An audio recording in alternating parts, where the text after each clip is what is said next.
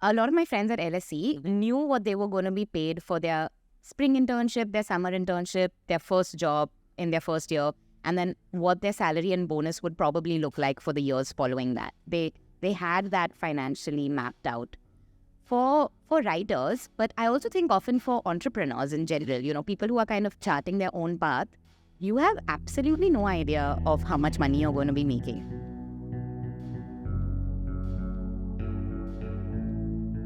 All right, let's go. Anil, Hi, Sukriti. How's it going? Doing well. Yeah. How are you? I'm good.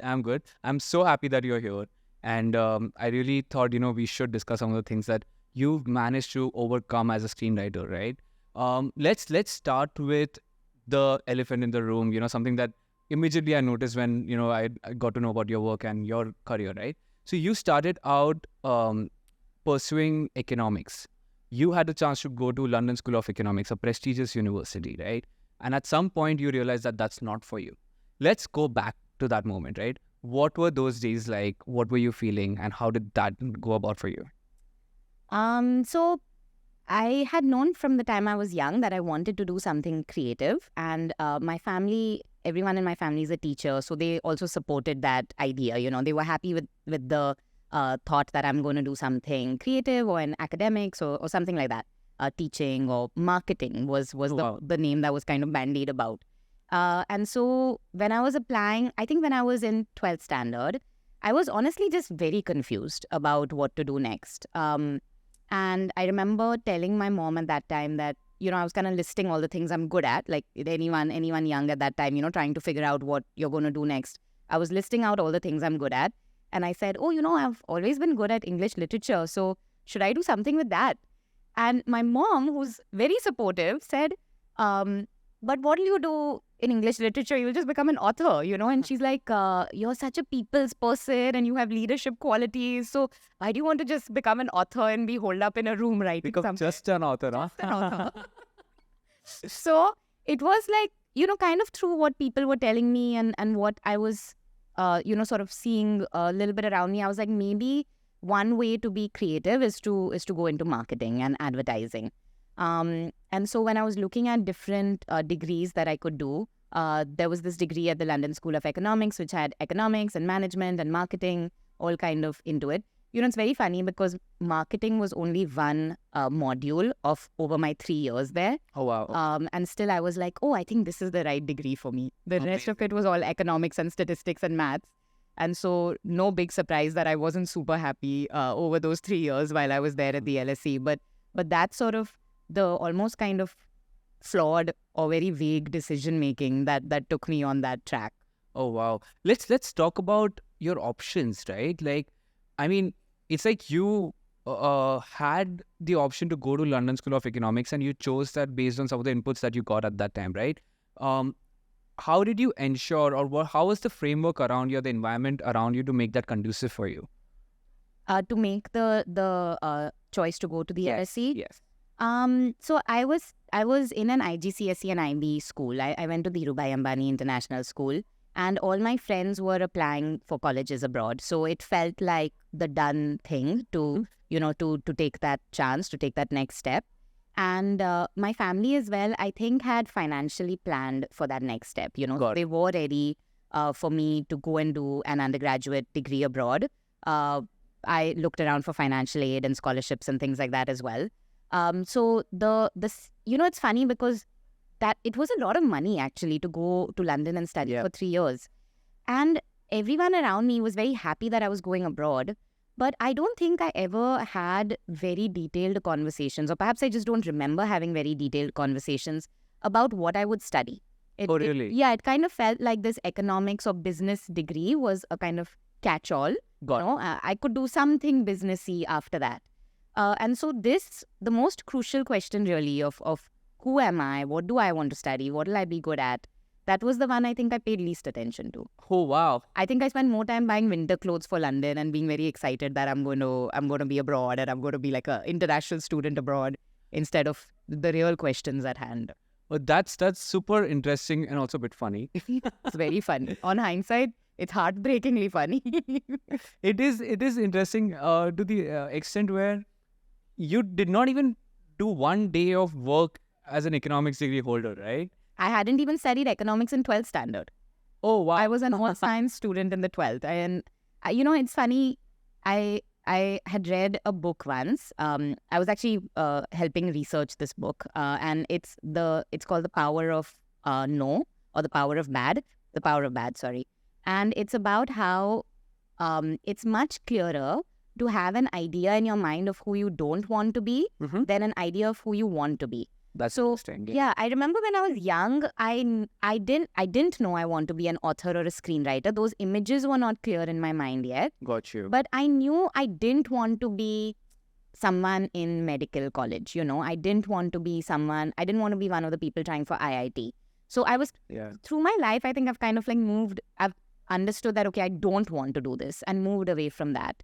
And now for the first time as a writer, I feel like, this is what I want to do, actually. Yeah. So basically, you ruled out a lot of options based on the tips that you got from that book to eventually land at writing. Yeah. Yeah. I spent my young life kind of ruling out science, deciding I don't want to do economics or be in this corporate space, and then very slowly came towards writing. Okay. Now I'm going to throw some hard questions at you, right? You just mentioned that your parents planned your journey, right? So they kind of made it possible on many levels for you to be able to take up London School of Economics, right? And as you said, it costed a lot of money, right? And then you don't spend a single day at work, with that degree. Okay, let's get to the brass tacks, right? How did you break it to them that you don't want to do this anymore? Yeah. So, my answer to this question will reveal to you how spoiled I am. And I'm sure it's already very clear that I'm very spoiled. Okay. Because everyone in my family is a teacher, they have this idea that education doesn't go to waste. It's the one thing we as a family have always spent on, and I'm a real beneficiary of that. But, my family, we've never really had very fancy cars. We are not one of those families that renovate our house every 3 years, every 5 years. And it's not like we go on these branded shopping sprees when we go abroad. But education is one thing we've always spent on. So, for those 3 years at the LSE, my family paid 48 lakhs for tuition. 48 lakhs? Yeah, for tuition and flights and accommodation. Which year was this exactly? This was 2008 to 2011. Wow, okay. And I had on-campus jobs while I was at college. So I earned pocket money from there. And then I came back right after college. Instead of doing a job, I came back for a gap year. And my family, they ran coaching classes. So I was helping my mom teach at that time for a year. And I did make some money over that year. Okay. And then at the end of that year, told my mom in my very young and naive way that now I want to go study another degree abroad. And it's creative writing. Oh, wow. Famously known for its return on investment. Exactly. Exactly. Very curious to know what your mom said or how she responded to you. My mom was very okay with this idea. I think initially she was sort of financially a little nervous. And then once she sat down with my family, my grandparents and our CA, and kind of realized that, okay, bit by bit, she could, we could afford this. And it also helped that I'd gotten quite a good scholarship from Columbia for this degree. Oh, beautiful. Yeah. So I think those two things combined kind of assuaged her any nervousness that she might have had. Got it. But she's also, I think my mother is very unusual in that she really feels like, whatever path her daughters have chosen, time will tell whether it's good or not. Right. So there were a lot of family members at that time who asked the most obvious questions, which are, what kind of jobs do you get after a creative writing program? When will she start earning money? And she's just come back from one expensive degree. She wants to do another one. How is this going to work? But I had very, very supportive, a very supportive family environment for this. And yeah, I mean, when I say this out loud, I realize how crazy this is, honestly.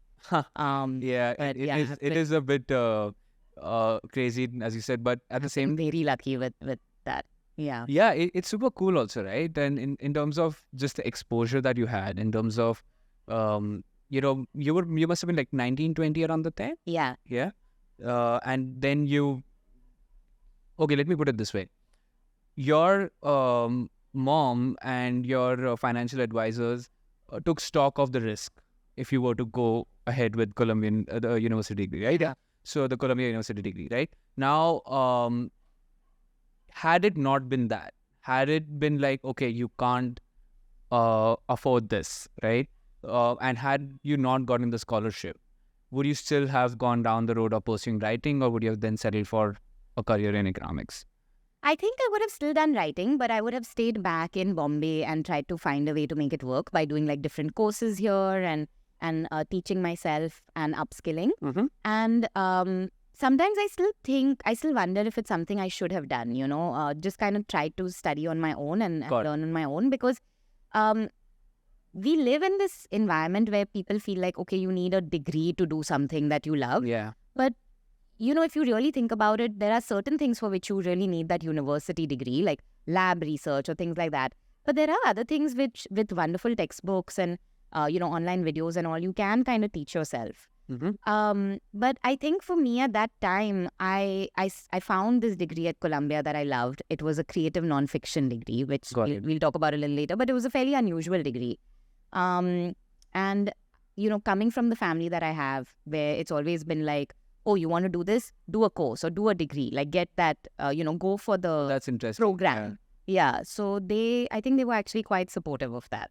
Oh, so let's go back to the point when they were clear. Oh, what will you do with an English literature background, right? You'll just become an author. Yeah. But they were sure that if you have to become a writer, then you have to get a degree.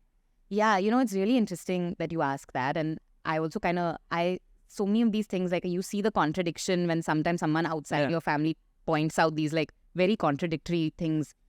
But I also feel that over those 3 years, things were slowly starting to change in Bombay as well. I remember before I went to for my undergraduate degree, it really wasn't a thing to be a screenwriter or work in films at all, right? Like writer meant you were an author, most likely. You never really heard about screenwriters. You maybe heard about, Gulzar Saab or Javed Akhtar ji, but you didn't really know who screenwriters of other films were. And then I think, I remember when Film Companion as a channel had launched, I was so interested because they were finally talking about, it was one of the first few channels to actually dissect films. Yeah, that's so true. Yeah, and start talking about writing and writers in the industry. I actually did a very short kind of internship with them. Yeah. For a while. And I think it kind of started to become this thing where screenwriting or working in creative fields began to be seen as a more visible career path. Got you. The people who were kind of invisible, started coming more to the front. Right. So I think by the time I was applying to Columbia, I felt like, okay, I can either be a writer now, like an author, or maybe I can work in films, or maybe I can, work for a magazine or newspaper or something like that. Like I felt like somehow there were more paths open by that time. Got you. So maybe this is just what I'm telling myself now. Yeah. Yeah, it's one of those things where like some of these things are in retrospect, obviously. Yeah. And at that time, you're just making these decisions and going with it, right? Yeah. It's completely understandable, right? Let's talk about the life in New York, right? So you went there, you were on a scholarship, you were also bankrolling, like your parents were bankrolling you, right? So how did that shape up? Let me also add some more context to this question. Did you at that time know what you're going to be leaving behind?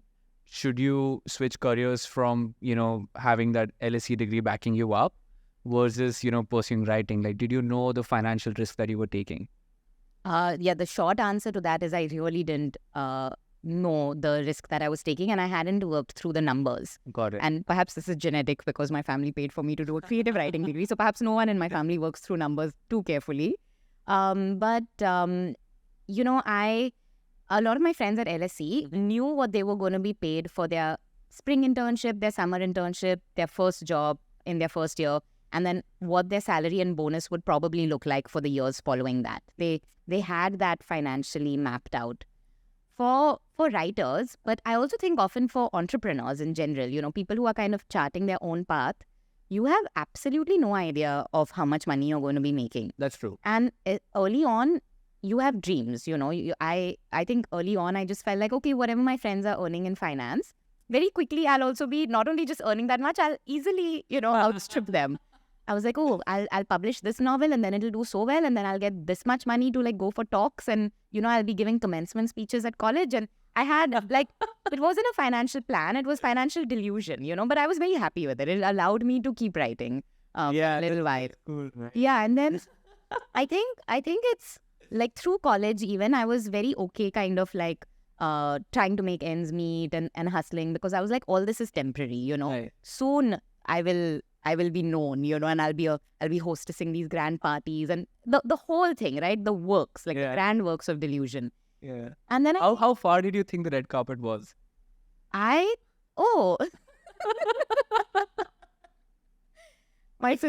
younger sister finds this very funny because in 2019, I emailed my first novel out to publishers for the first time ever. Sorry, repeat that. In 2019, Okay. I sent my debut novel, which I'd been working on since college. Okay, pause. No, but I must tell you this. Oh, no, we'll get there. Yeah. Let's just quickly add the detail. When did you write this novel? How long did it take? Okay, so I graduated from Columbia in 2015. Okay. And then 2015 to 2017, I was doing kind of freelance gigs in New York. Like I was ghostwriting and doing research and working on helping like authors research and write their books. So that I was making enough money to pay rent in New York at that time.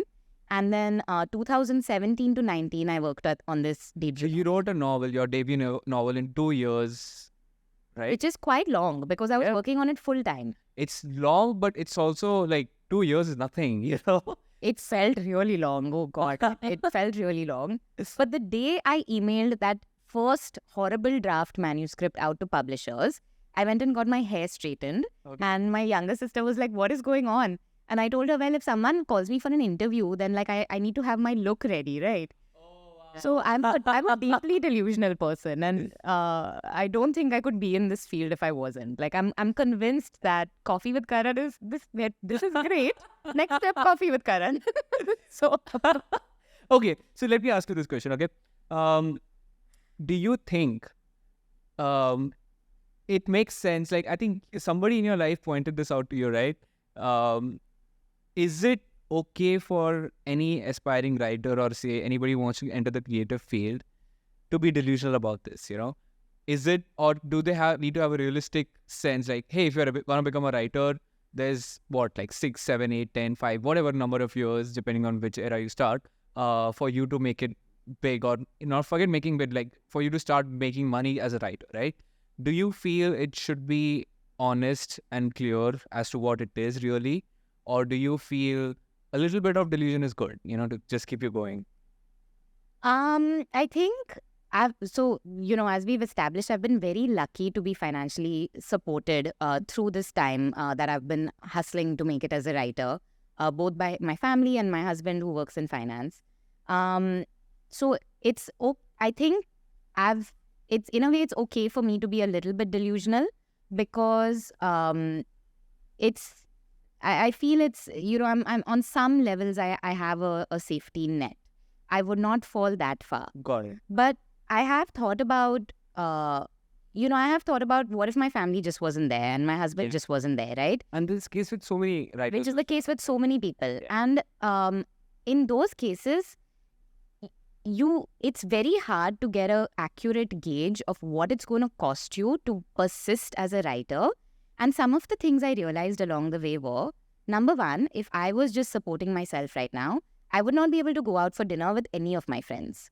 Because all my friends have proper normal jobs where they're earning and they're going to places where it's okay to spend 2,000 or 3,000 rupees on a meal. I would not be able to do that. I would not be able to really just have a coffee at any of these new cafes that have opened up in Bombay.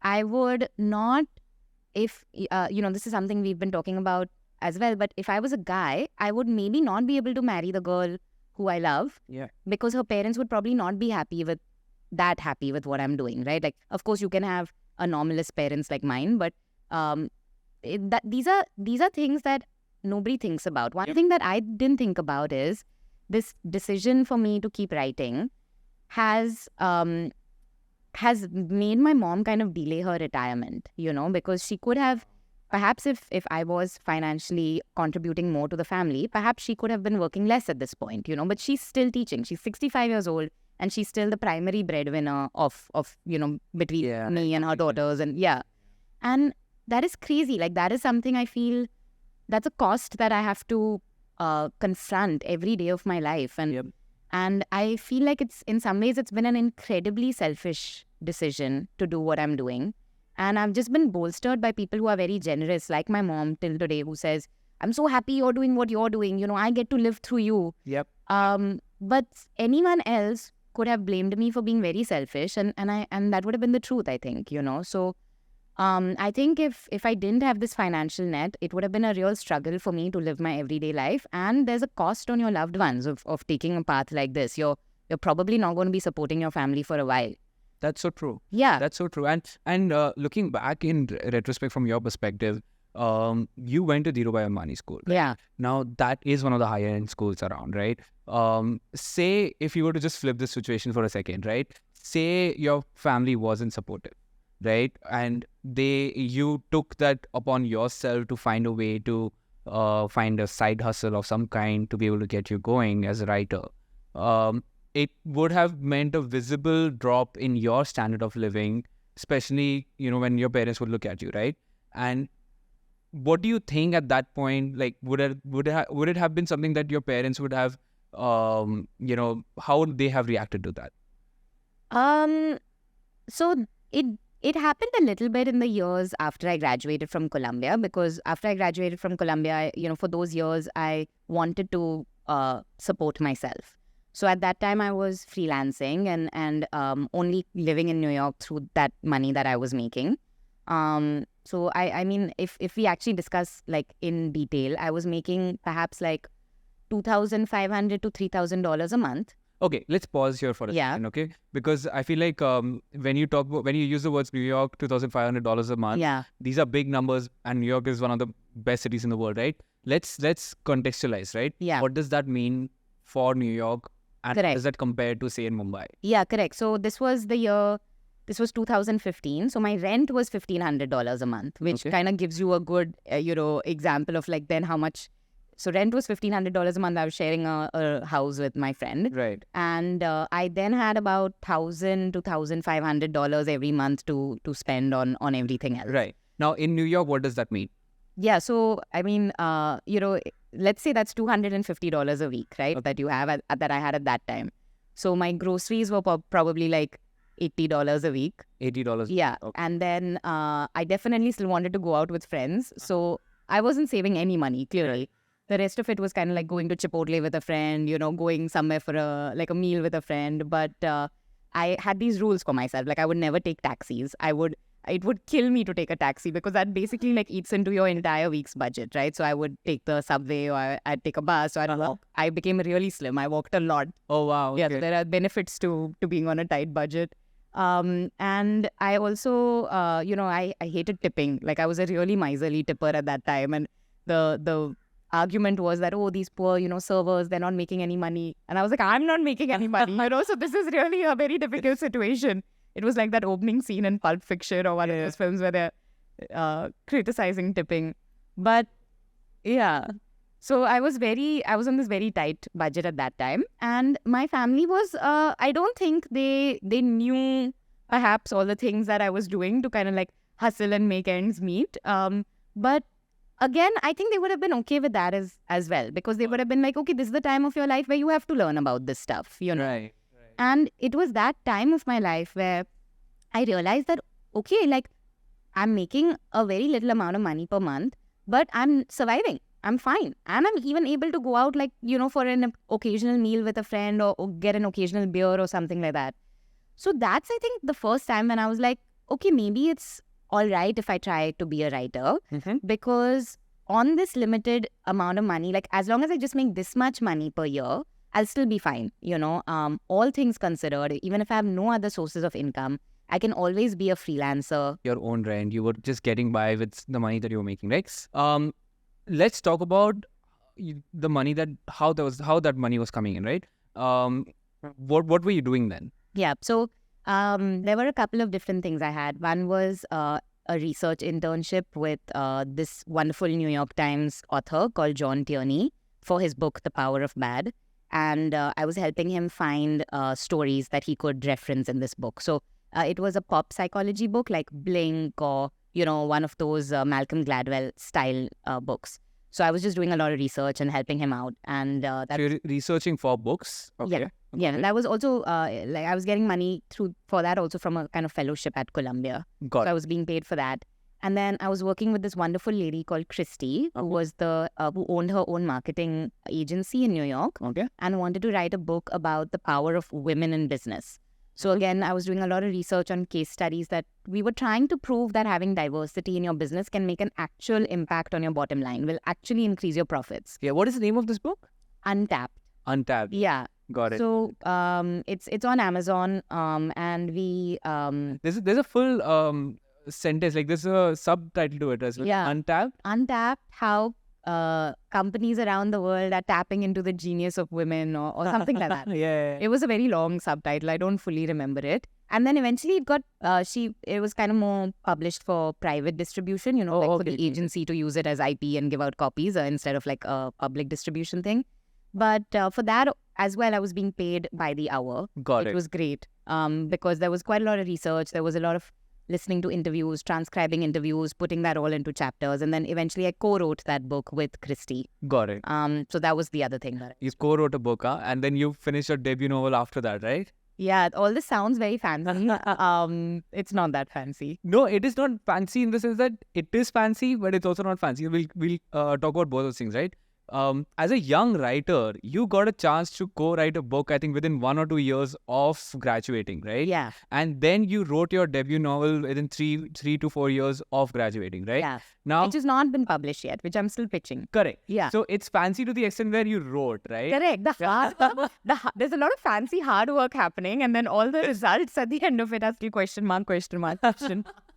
Yeah, so you did the grind, like you put Yeah. the hard work in, Yeah. and then came the challenges, which are the post hard work challenges. Like, how do you now make money off it? How do you distribute it? How do you get that publishing deal and all this, right? Yeah. So, you know what? We'll get to the semantics of those questions as well, right? But let's dial back to a couple of things. One is that I believe you were also having conversations around your marriage around that time. Yeah. Yeah, and your husband is in finance. Yeah. Right. And he's also studied economics from Yale. Yeah. Right. So, from a marriage perspective, and you being an Indian girl, this being an Indian marriage, how did these conversations pan out?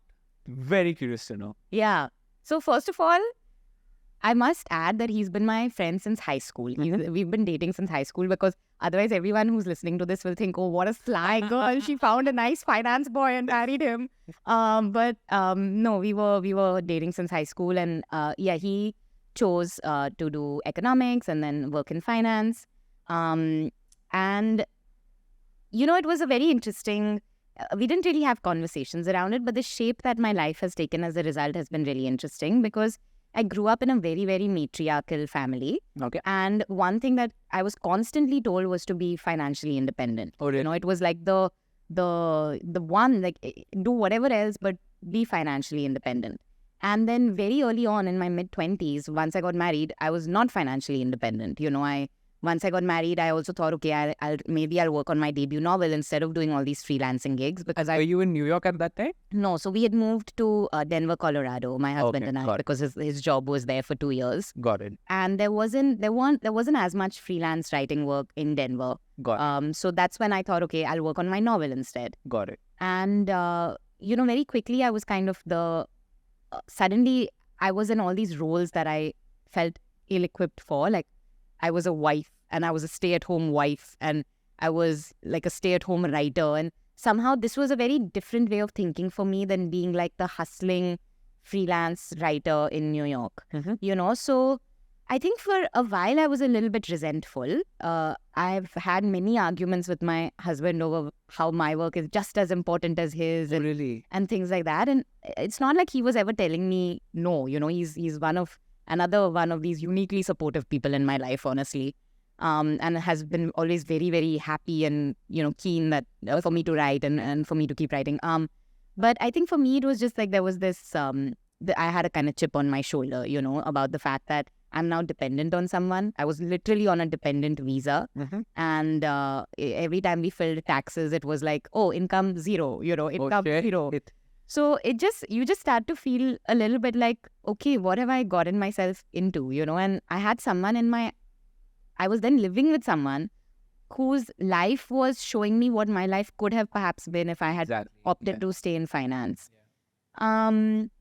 I think it took some time between us as a couple to figure out like how we're going to navigate through this. Like one amazing thing my husband always says is he always talks about our money, which, you don't realize actually how big a difference that makes. But it's such a generous thing to say, to always include me in that vocabulary that we have for money. So we kind of navigated through those things, but I still never regretted really not going into finance, If anything, I saw what he has to do and I'm like, yeah, one person doing that is okay in a relationship. The other person can be a little more relaxed. No, that's true. That's true. It's one of those things where I can only imagine how those conversations must have played out in terms of, okay, your parents come from teaching background, humanities background. They understand what being an author meant, although they also they kind of like drilled into you that you have to be financially independent, right? That's great, right? But from just a two families coming together perspective, you have an LSE degree, you're leaving a career behind that you probably thought you would take up. And then not just a decision that you're not taking for yourself, but also in the larger scheme of things with your families, right? So how did that happen? Like, how did that shape up in terms of navigating through those conversations, not just with your own family, but also with your in-laws? Yeah, I think I realized very quickly that, if you're a writer, if you're an artist, the only people who are going to understand what you're doing are people who've known you for a while and who trust your character. Because for my in-laws or for anyone else who gets to know me for the first time as an adult, if you look at the image that I present, I am wearing pajamas and working on my laptop furiously. Okay, every day I'm sitting in bed only sometimes and working. And then when I'm free, I put on a movie or a TV show, and then someone will come to watch that with me and try to talk to me while that's going on. And I'm like, no, you don't understand. I'm working. Like, I'm still working, this is all part of my research. Or I'm like going out for, a meeting with like a director or an actor, and I'm still working, right? So it's like you're doing all these things that don't look like work. And initially, at least, you're not making any money. So what the hell are you doing? Right. For most people, it's like, what is this rubbish?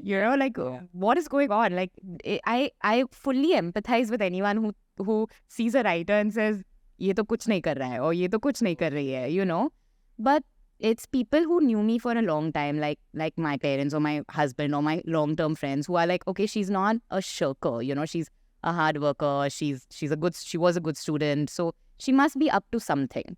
But for other people, like if you as an artist, if you are in a new relationship with someone, or if you marry into a new family, be prepared for it to be difficult, right? Because it's so difficult to understand what artists are doing. Their life looks quite pathetic, but they're up to something. It is a bit of a challenge, right? Especially with writing, where it's not visible work. I mean, with screenwriting, it's like you're spending so much time on different softwares trying to just put those words in. And you can't just show around like a script to everyone, because most people who are not from the industry will not be able to comprehend what does this mean. Exactly. Right? So then you take it to different people who will take 2 to 3 years to realize that script, right? Yeah. It's a long journey as a screenwriter, especially.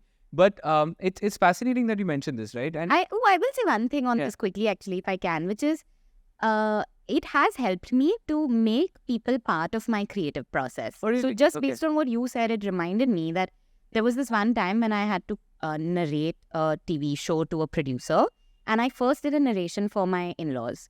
And my mom-in-law and sister-in-law and dad-in-law, not only did they give me excellent feedback for like, okay, you should talk more slowly, this point we didn't understand.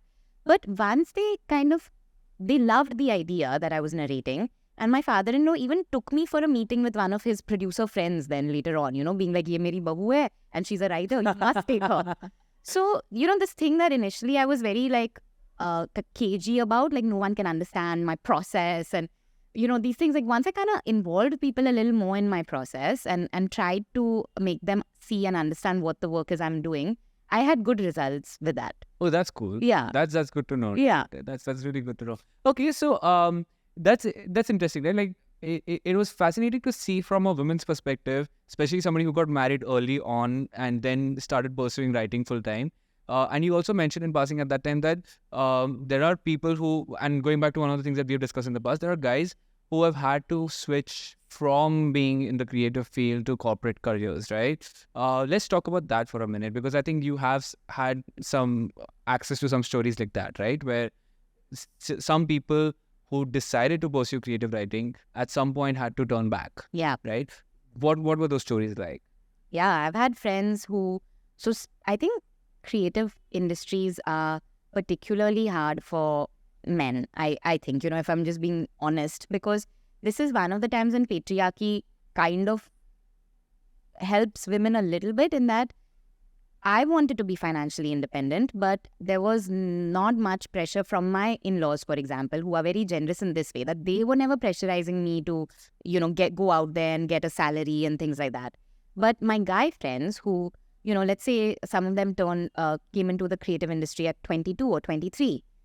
This industry takes a lot of time, right? Like, you can be lucky and you can just hit gold perhaps in your first year, but let's say you're dating someone at that young age, in your early 20s, and you're telling this girl who's also 22 or 23 that let me get financially settled and then we'll get married. You do that till the time you're 24, 25. At this point, you've been telling her this for 3 years, right? Yeah. Then you become 26, 27, 28, right? And you've been in the industry now for 5 or 6 years. You're still hustling, and you're telling this person that you love to put their life on hold till y'all can get married, right? Yeah. Or her parents or your parents perhaps are pressurizing you to switch to another path because they also want to see their kids happy and married. There's nothing wrong with this pressure. It's coming from a good place. But at that point, you're in such a difficult situation because either you give up the person you love, right? Or you give up your passion. And I do have guy friends who at quite late into their 20s or even in their early 30s have switched into corporate careers for the first time because it was just taking too long. Yeah. And this is not, everyone who comes into a creative field feels like, okay, if not 1 year, then in 2 years at least I'll make it, right? I'll get something. I'll get something I can talk about, and then that'll snowball and become bigger and bigger and bigger. Yeah. But in this industry, there's no path. Anything I think can happen at any time. And if you're just having to wait endlessly for many, many, many years, then there's a toll that's going to take on your private life and your personal life as well. And that's so true. Yeah, for guys especially, it's tough. Yeah, that's so true. And I do relate to some of the things that you mentioned, right? I think there's a common theme that I'm able to just summarize quickly, which is the fact that if you are taking up creative writing or any sort of creative career for that matter, it's very important to be persistent. But as you had said, like, persistence without financial framework is very difficult to cut through, right? Yeah. So that's one major thing that I think really Absolutely. can make or break your career potentially, right? Absolutely. I would never advise any young writer to be persistent. This thing that we keep talking about, just hang in there, just keep trying.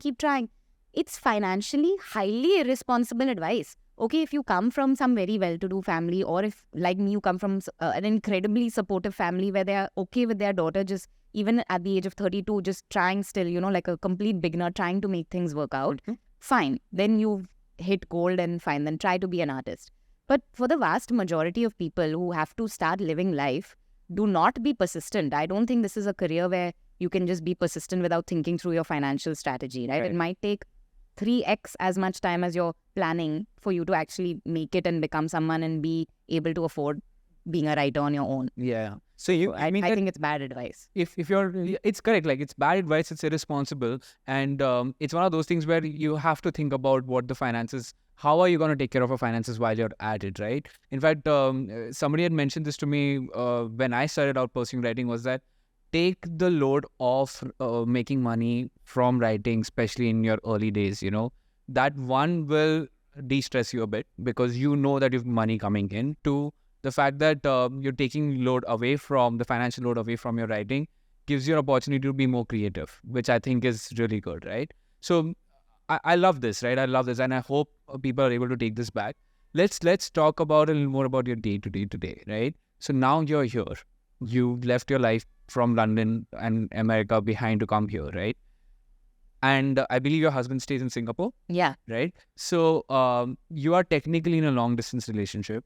Your husband is making, I don't know, 10x, 20x more than you are at this point. 10x of 0 is what? I love the honesty.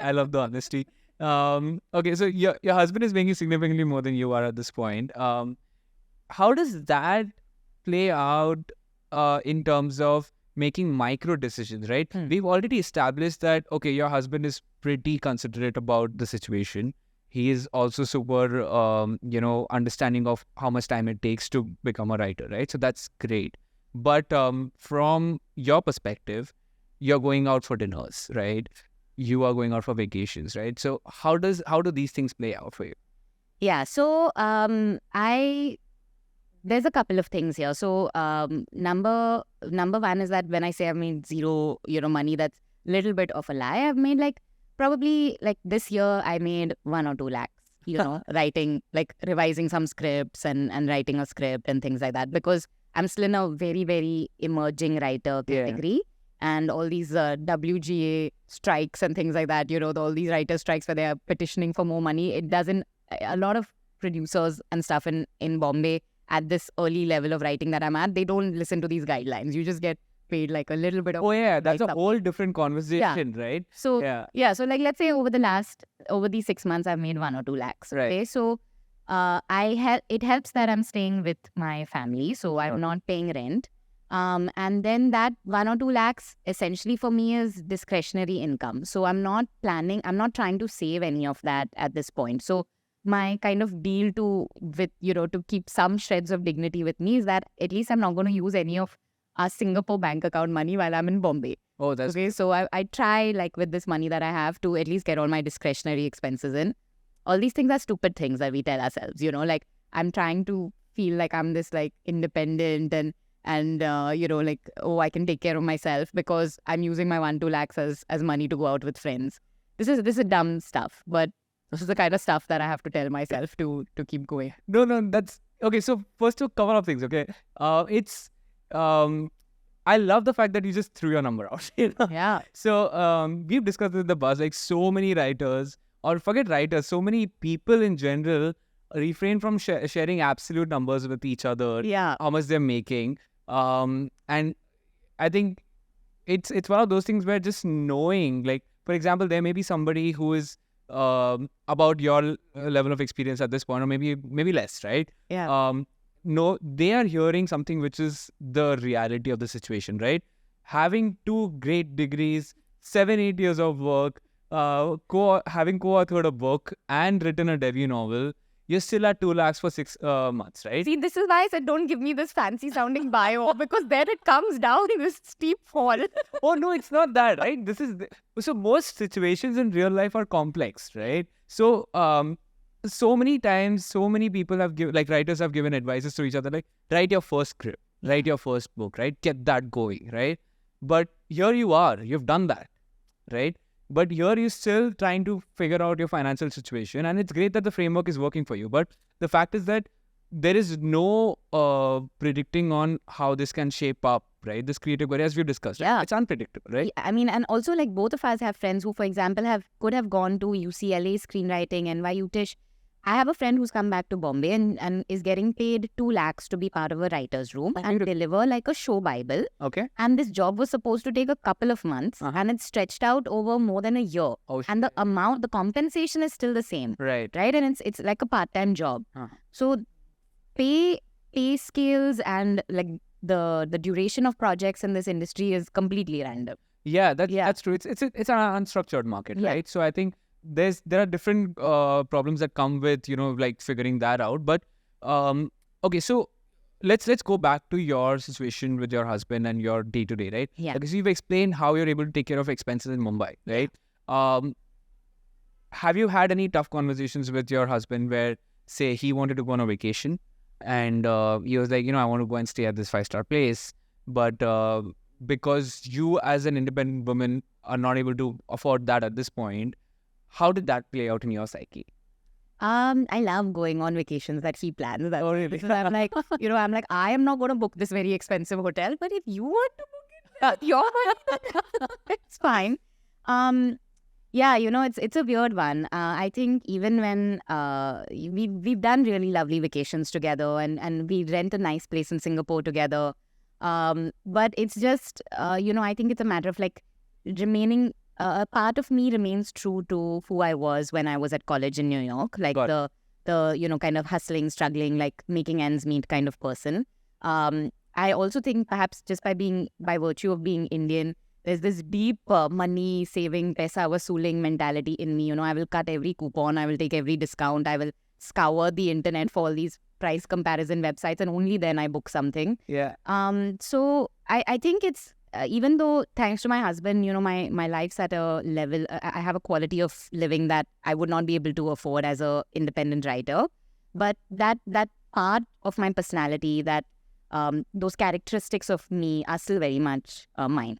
So, it's hypocritical, right? Because I'm enjoying the good life on one hand, and on the other hand, I'm saying, oh, but I'm still like thinking of myself like a struggling writer. But I do that to feel like, okay, yeah, I'm still, otherwise you lose your fire, right? Like, Yeah. you lose that fire in your belly. Like, I have lots of things I still feel like, oh, I want to achieve that, I have a younger sister, like, I have this dream that, oh, maybe I'll be able to pay for her wedding, or there are lots of things like this I want to do. And if I just kind of relaxed and felt like, oh, okay, my husband's doing well, then I feel like I would lose that drive. Right. Yeah, you could get comfortable very Yeah. quickly, right? Yeah, that's so true. And you feel like the way Indian families work, where there's a whole lot of population which would happily accept having a daughter-in-law or a wife who's not earning. Do you feel that adds on to, or that rather takes away from this fire in the belly, or could potentially do that, or make you comfortable in the framework that exists? Yeah, I think I could have been more sensible and just been like, okay, like I'm, maybe I'll just have a better work-life balance and be a little more relaxed about spending more time with family, and working a little less. And but I'm not that kind of person. I'm quite all or nothing about this career. Mm-hmm. So I'm in this unique position where I'm not earning, but I'm fully working. Right. And that's a tough thing for people to understand. So again, like, we don't talk about the cost of this, but for example, one of the things is I'm 32 right now, and I'm pushing the decision to have a child till I make it in this industry, right? I refuse to have a kid while I still want to become a writer. Yeah, and there's a ticking clock there. There's a ticking clock. And for my husband, who, I think is a little more open to the idea of having kids, he feels like, okay, maybe we could have a kid. We could even afford to have a kid. But I'm refusing to do this, because I want to still focus my attention on writing. Yeah. So I've realized this is a path for, I don't know, I perhaps this not, I shouldn't generalize. I am a very selfish person with uniquely supportive people around me and delusional, and have found my own way to justify my financial situation and the way I spend and the way I look at life. But I think it's needed. I think you have to be a little bit crazy and to envelop yourself in this madness of your own. Yeah. Yeah. And I'm sure you know this too, right? Like yeah. It's true, right? And I love the precision at which you're able to exactly articulate every facet of this situation, right? Like it's one of those things where I love how you're admitting that you're selfish, but you're also acknowledging the privilege that you have, right? That's brilliant, right? Yeah. It's the reason why I feel like it's important for people to understand, or these things to get out, is the fact that if tomorrow, we look at an interview, or whenever it generally happens, right? When you start out, you're looking at these big writers or big filmmakers or whoever they are. Sometimes they're very clear about how much struggle they had to go through to make it big, right? But that struggle is about 10 years, 8 years, 5 years, depending on who the person is. Catching that struggle in midst the action, understanding what you're going through is the key, right? That's the information that we should be talking more about, right? So, which brings me to my question is that, what do you feel you want to convey to somebody who's, say, 24, 25, early 20s, starting out as a writer, and they are probably at the verge of deciding between taking a finance degree or a finance career or something related to something you're familiar with because you're seeing your husband do that as well, right? Versus taking up writing, right? And let's throw in a little bit of conflict is the fact that maybe they do not have supportive parents. Maybe they do not have the privileges that you do. How do you think they should navigate around that situation or, that world? Yeah, that's a really tough. It's a really good question and a really tough question. This idea that whenever you give advice to anyone, you're actually giving advice to your younger self. So I often feel that, this is why I kind of hesitate to give advice to anyone, because even my younger self wouldn't listen to me. Anything I'd go back in time now and tell her, that, oh, you should do this, you should do that. I don't think even she would listen to me. So whatever I'm about to say, obviously, please take with a grain of salt. But I think one thing I kind of have come to understand is that from the time I was young, I was very impatient. I felt like I impatiently needed to get into writing and quickly write my novel and pitch. And, every day that I was not doing this, I was losing out the race to other people who were writing and pitching and doing everything. But now I'm 32, and I could have I see some of my friends who worked in corporate jobs from the time they were 22 to 32, have a much better nest egg than I do now. And now they're switching into creative careers with some of their own financial backing. Got it. And they're more or less starting in the same place that I am. Yes, I have more experience writing. I've got a better portfolio than they do. But to the market, we are in the same position. Right. So my biggest advice, even to myself, would just be to think through the finances a little bit better and perhaps not be so impatient, to immediately switch into writing. It's not going anywhere. Some of the best stories I've written have happened now when I'm a little bit older, when I have this frustration and bitterness, great qualities for writing. Yeah, writing is one of those things which gets better with time. Yeah. It's one of those things where I was watching this TED Talk where this person said that it's if you are rich, you're living a life of luxury and everything is just convenient, right? Everything is cushy. Yeah. But when you're going through these struggles, you have stories to tell, right? Yeah. So I guess that does play out in your work, right? Bad for life, good for art. Good for art, great for art. Yeah. Speaking of which, right, I've noticed a common theme or trend that you kind of not just in conversations, but it also bleeds in through your work is that you are very, you like to explore technology through your work, right? Let's talk about that, right? How do you think the $1 million question, WJ's put it on their strike memo is that, okay, how do you think AI is going to influence writing? Oh, I'm already using ChatGPT to help me write certain things or to help brainstorm for titles and things like that. Sure.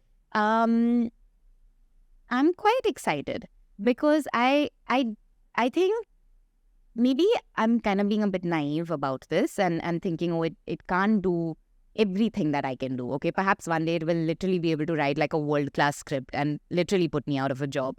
But as of now, it's just an excellent assistant. It's an excellent extension of my mind, you know. And, perhaps people, when Google came around, people felt oh, there'll be no more libraries and there'll be no more need for researchers. But actually there was. In fact, the researchers had to quickly learn how to navigate Google to get the best information. Yeah, that's true. So in the same way, I feel the best writers will have to learn how to use AI properly to write the best stuff, and it helps me a lot. For example, I was recently working on an action script. And in a lot of action scripts, I've noticed writers will, when there's an action fight scene, they'll just say, to be added by the action choreographer or the action director, right? They won't actually write it out in prose. Yeah. But to me, then I don't get the whole flow of the story and actually see, what is this fight going to look like? Has any producer asked you, any parts of your script were written because with ChatGPT or because of an AI or something like that? No. To that effect? No. No? Oh, man. I think literally even if I paid someone else to write my stuff, I don't think anyone would care. They'd just be okay, there's some writer, there's some script. It's fine. Maybe this goes to show that I've probably just worked with I don't know, maybe I'm not working with top class producers yet or something. I don't think they care. I think as long as there are some words on a page, they're happy. Oh man, that's very assuring. Yeah, like new writers, as long as there are words on the page, they're happy. Let's talk about your favorite writers. Who are they, and how do they inspire your work? Oh, obviously there are many. I think so let's do literary writers and screenwriters.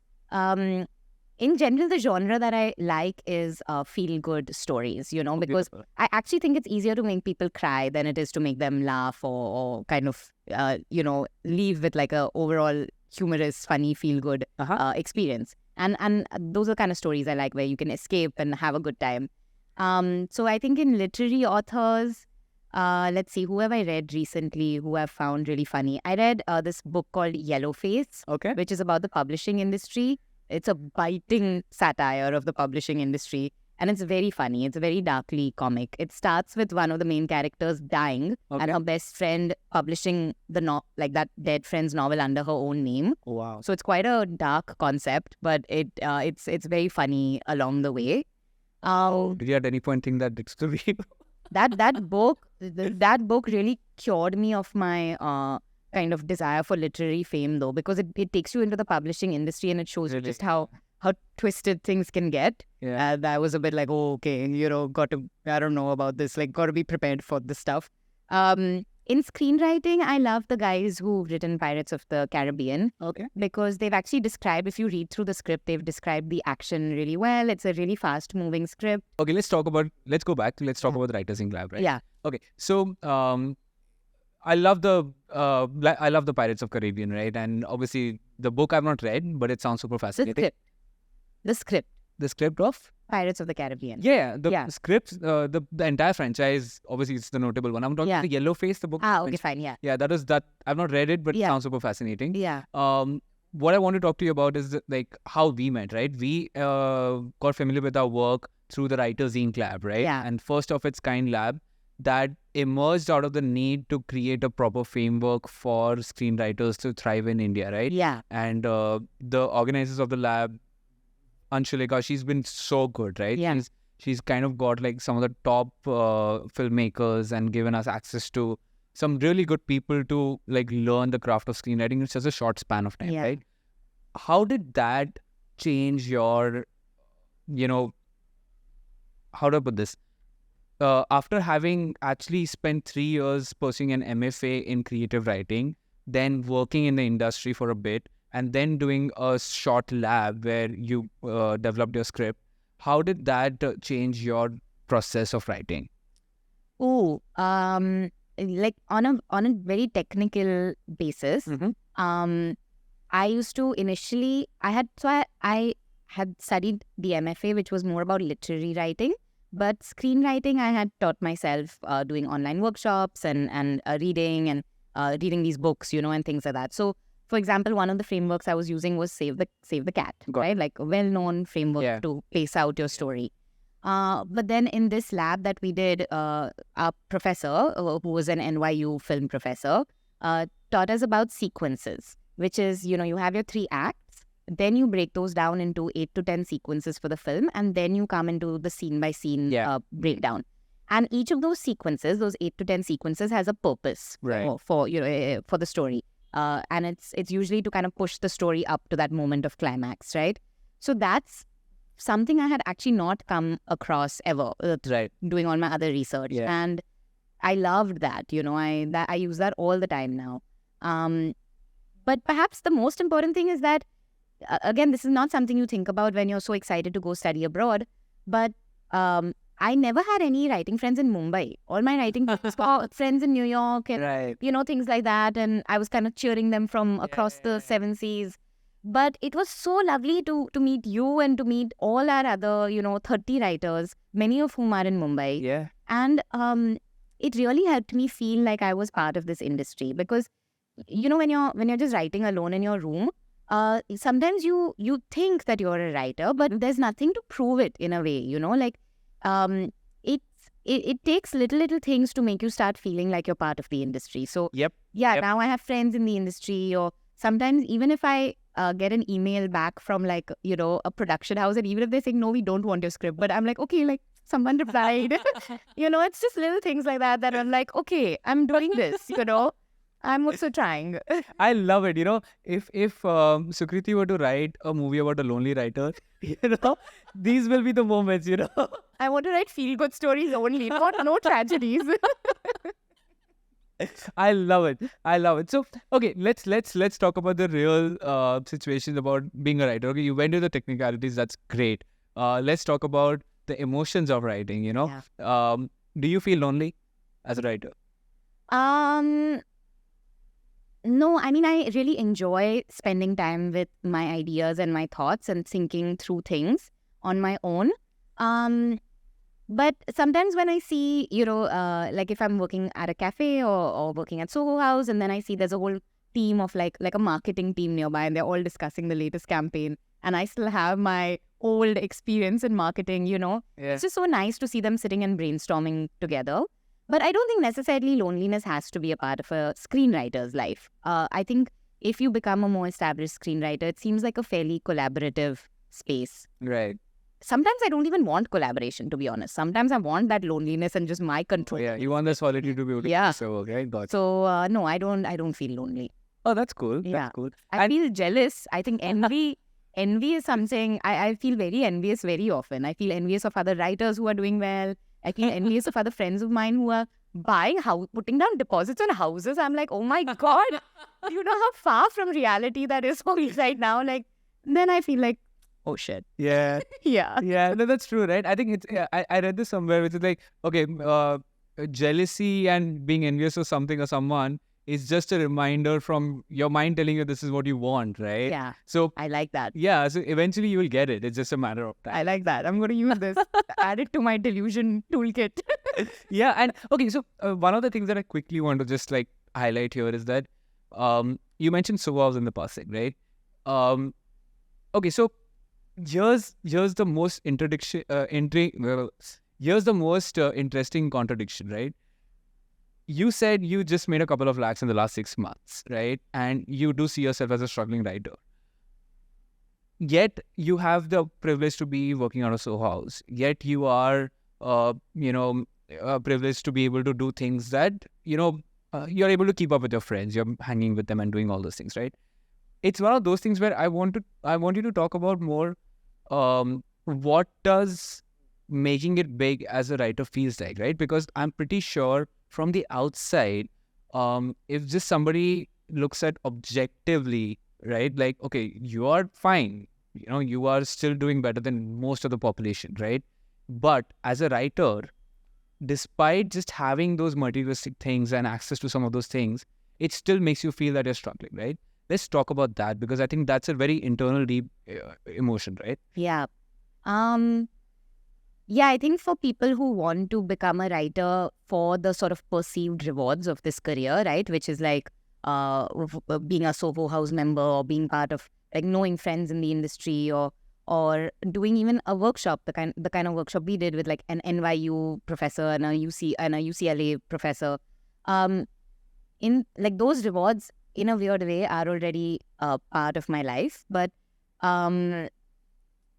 you don't really become a writer for those reasons, right? Like, for me, I want to become a writer because I want to, number one, provide a fun escape for people. I think it would be rare that I would write a tragic story. I do think in general, life is difficult. Life in India is difficult. And I love the idea that I could use my intelligence and use my time to provide a fun escape for people. Right. Because, so interestingly, after LSE, when I did that gap year, the one thing I did consider doing is doing exams for a government job and like getting into government and working on policy and things like that. Because I wanted to create change in some way. And then I spoke to a friend of mine who is very well versed with this government space. And he said, do you know how much time it will take you to create any change on a government level? Mm-hmm. And that's what got me rethinking again and saying, okay, then where is the place where I could create the fastest impact? And this was kind of around the time that Three Idiots had come out. Three Idiots was, I should say actually in my favorite list of writers and projects, Three Idiots is one of my favorite films of all time because it was a great time. It was like a emotional joy ride, and it changed the people who watched it. I don't think you can watch Three Idiots without some part of your brain being changed a little bit. And it gave you like all these things you could take home and think about, like, chase excellence and things like that. So to me, that is a complete story. That is a complete film. Right. And that's, I thought, okay, I want to do that. I want to be able to, if I can't get into the system and change things, maybe I can change things by providing an idea or an emotion within people that helps in some way. So I over time then I kind of came away from this idea of being on the soapbox and giving speeches and changing people's mind to perhaps thinking that, okay, perhaps it's enough even just to make people have a good time, that itself is a change in life, because life is tough. So that I have not really seen as a writer yet, right? Because I've not sold anything yet that I've been able to see on screen, been able to see how people around me respond. So all I have so far is my mom, who's my loyal audience and reads all my scripts, and she cries in the right places and she laughs in the right places. And that is so, I love that. I love those moments. Sometimes I just love it when I'm like sitting there watching her read and she's crying a little bit. I'm like, yes, I did this. I made her cry in a good way. So that's what I want. That's beautiful. Yeah. That's beautiful. Awesome. Okay, so before we wrap this podcast, if there's one thing that that comes to your mind after having had this discussion, anything that you feel like, okay, anybody who is listening to this podcast who feels like they could take away from this discussion, what could they take away from this?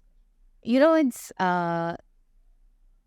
I mean, I don't know about other people, but my kind of thought at the emotional and the mental space I'm in at this point is Mumbai is a very exciting place to be in right now to tell stories. It's all a little bit chaotic and it's all a little bit unstructured and informal, but I still think there are really incredible stories to be told here. And in general, there are incredible stories of India to be told. That's one of my big aims as a writer, to collect these histories and stories of India and bring them to the screen. It's tough. The whole process is way more mentally and emotionally challenging than I had thought. And especially as someone who's good at school and has a decent level of privilege in the city, I thought it would be much easier than this. And I don't know if I'm just doing things wrong or if it just takes time. But that's kind of the space I'm in, where on one hand, I recognize the challenges now more than ever. But on the other hand, my excitement for this is unabated. I do love the idea of telling our stories and changing people's mood or their minds even for a little bit. Amazing. I love that. Yeah. I love that. Awesome. Thank you, Sukriti, for giving us the time. Thank you for being here and thank you for sharing all the experiences that you've had. I'm hoping that this helps anyone who's listening to and they're able to identify with some of the things that you went through. And I'm pretty sure you'll be on this podcast again the moment you have your first release. No, then I'll be on Coffee with Karan. No? Okay, you're still coming here though. No, thank you so much. This was really great and I can't wait to hear the other episodes. And it was just really lovely to speak about the process of writing and the psychology of writing, because otherwise you just get to hear all the success stories, but there's a lot more behind that. Yeah. Awesome. Yeah. Thank you. Thank you.